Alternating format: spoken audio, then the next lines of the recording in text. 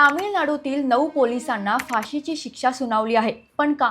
हे जाणून घेण्यासाठी हा व्हिडिओ शेवटपर्यंत नक्की बघा.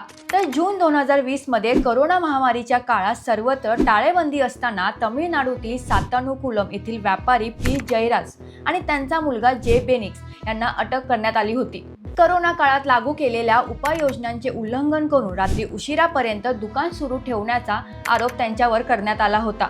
तपासादरम्यान समोर आलेल्या माहितीनुसार पोलिसांनी केलेल्या अमानुष मारहाणीत बाप लेकाला गंभीर दुखापत झाली होती.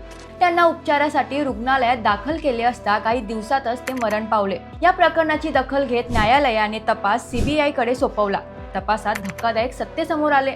जयराज यांनी कोणताही लॉकडाऊन नियम मोडला नव्हता. तरीही 19 जून 2020 रोजी रात्री 7:30च्या सुमारास त्यांना पोलिसांनी ताब्यात घेतले.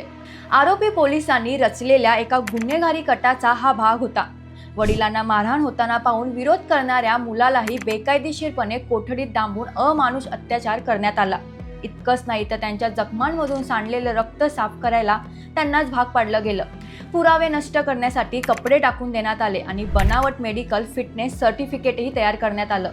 सप्टेंबर 2020 मध्ये CBIने या प्रकरणात सहभागी असलेल्या पोलिसांना अटक करून त्यांच्या विरोधात आरोपपत्र दाखल केले. निरीक्षक S श्रीधर, उपनिरीक्षक 1 बालकृष्णन, उपनिरीक्षक P रघु गणेश, हवालदार S मुरुगन, हवालदार S सामुदुराई, शिपाई M मुथुराजा, शिपाई S चेल्लादुराई, शिपाई थॉमस फ्रान्सिस, शिपाई S वैलमुथू अशी या पोलिसांची नावे आहेत ज्यांना अटक करण्यात आलंय.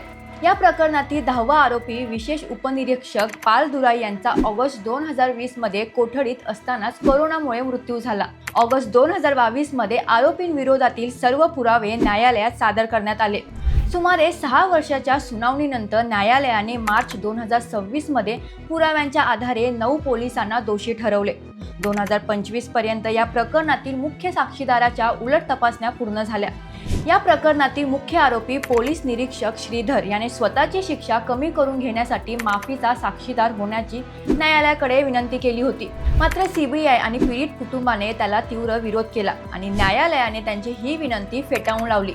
अखेर 6 वर्षांच्या कायदेशीर लढाईनंतर जिल्हा न्यायालयाने पुराव्यांच्या आधारे 9 दोषी पोलिसांना फाशीची शिक्षा सुनावली आणि पीडित कुटुंबाला न्याय दिला.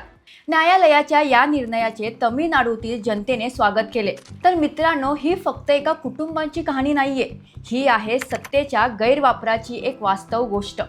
तुम्हाला काय वाटतं या प्रकरणाबद्दल आम्हाला कमेंट्समध्ये नक्की कळवा आणि अशाच महत्त्वाच्या अपडेटसाठी आम्हाला फॉलो आणि सबस्क्राईब करायला विसरू नका.